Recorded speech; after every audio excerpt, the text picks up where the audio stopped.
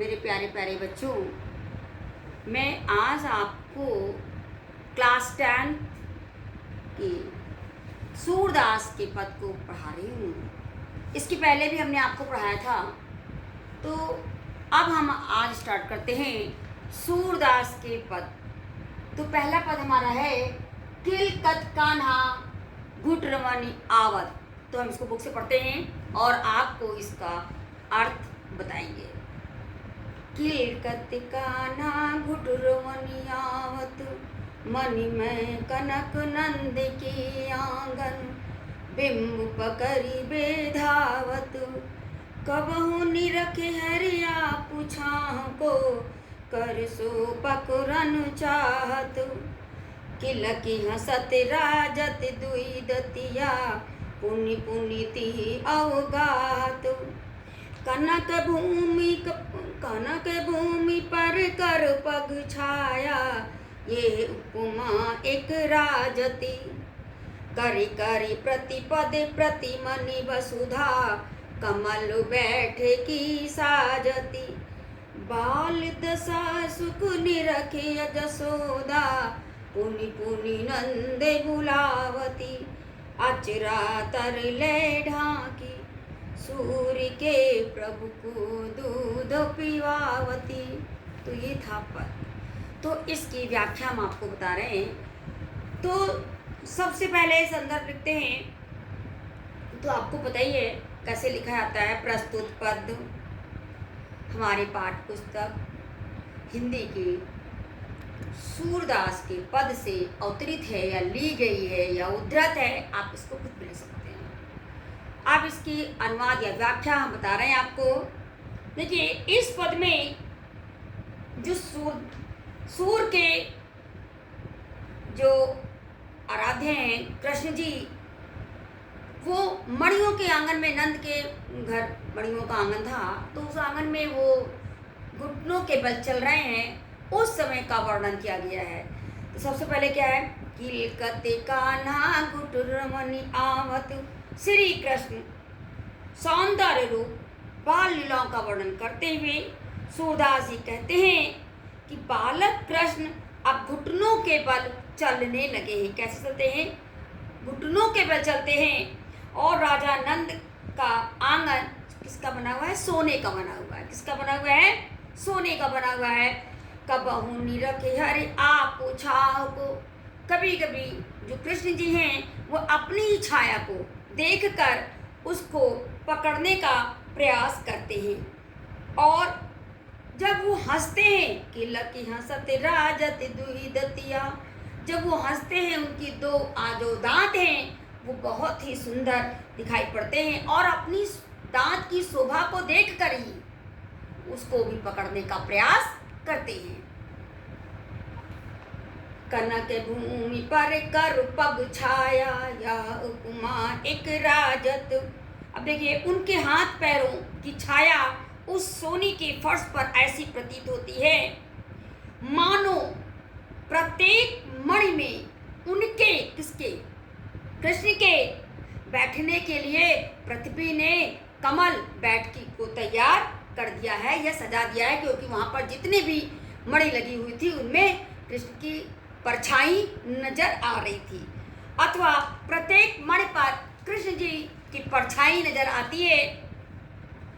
फिर कहते हैं, और श्री कृष्ण की बाल लीलाओं का वर्णन, बाल लीलाओं को देखकर जसोदा जी बहुत खुश हो जाती हैं, आनंदित होती हैं, और वो किसको बुलाती हैं?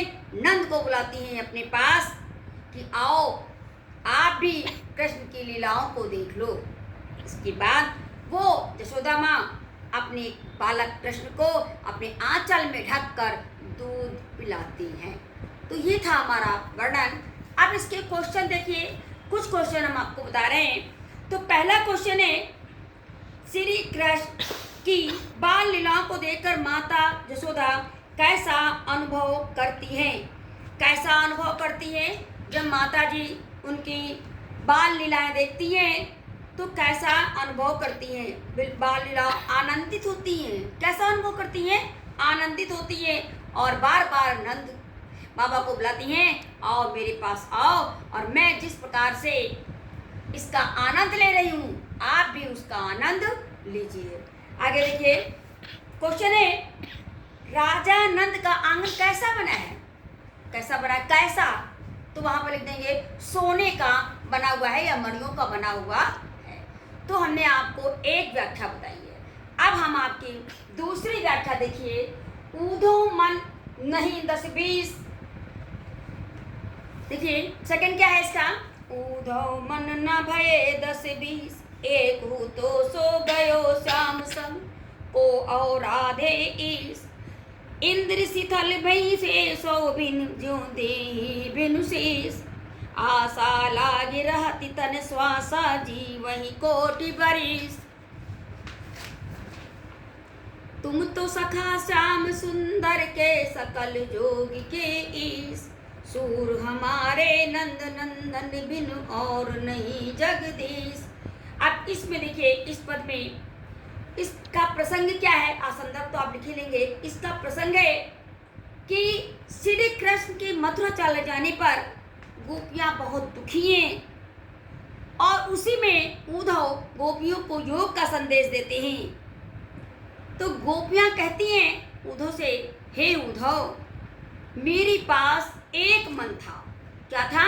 एक मन था, वो श्री कृष्ण लेकर चले गए, मेरे पास कोई 10-20 मन नहीं है, इसलिए तुम जो ये योग का संदेश दे रहे हो ये बेकार दे रहे हो, ये हम लोगों पर कोई भी प्रभाव नहीं पड़ेगा। अब इसकी व्याख्या देखिए, गोपियां उद्धव से कहती हैं, हे उद्धव हमारे पास 10-20 मन नहीं था, एक हूँ तो श्याम संग गयो।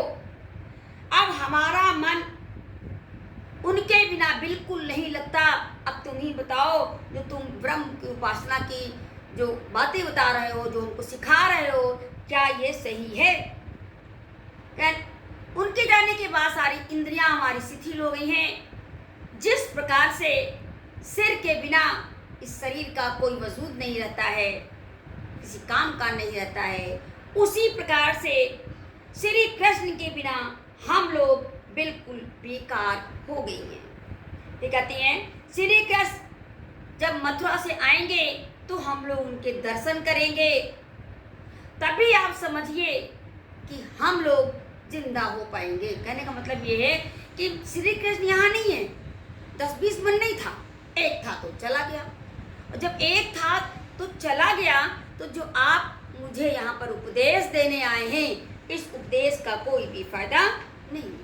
अंत में गोपियां उद्धव से कहती हैं, हे उद्धव तुम कृष्ण के बड़े परम मित्र हो और संपूर्ण योग विद्या मिलन के उपायों के ज्ञाता हो, तुम सब कुछ जानते हो। यदि तुम चाहो तो हमारा योग यानी मिलन अवश्य करा सकते हो। सूरदास जी कहते हैं कि गोपियां उद्धव से कह रही हैं, हम तुम्हें यह स्पष्ट बता देना चाहती हैं कि नंद जी के पुत्र श्री कृष्ण को छोड़कर हमारा कोई भी आराध्य नहीं है, हम तो उन्हीं की परम उपासिका हैं। कहने का मतलब ये कि कृष्ण के बिना गोपियों का कोई भी स्थान या महत्व नहीं है। तो गोपियां कहती हैं, मेरे पास कोई 10-20 मन नहीं है, एक था तो वो कृष्ण के साथ चला गया। अब आप देखिए गोपियों ने उद्धव के समक्ष कौन सी मनोव्यथा व्यक्त की? तो गोपियों ने उद्धव के समक्ष अपनी मनोव्यथा व्यक्त की, हे उद्धव श्री कृष्ण के बिना हमारी इंद्रियां निष्क्रिय हैं और हमारी दशा बिल्कुल उसी प्रकार से हो गई है जिस प्रकार से सिर के बिना इस शरीर का कोई भी महत्व नहीं रहता। तो ये हमने आज आपको पढ़ाए 2 बार, ठीक है। अब इसके आगे आपको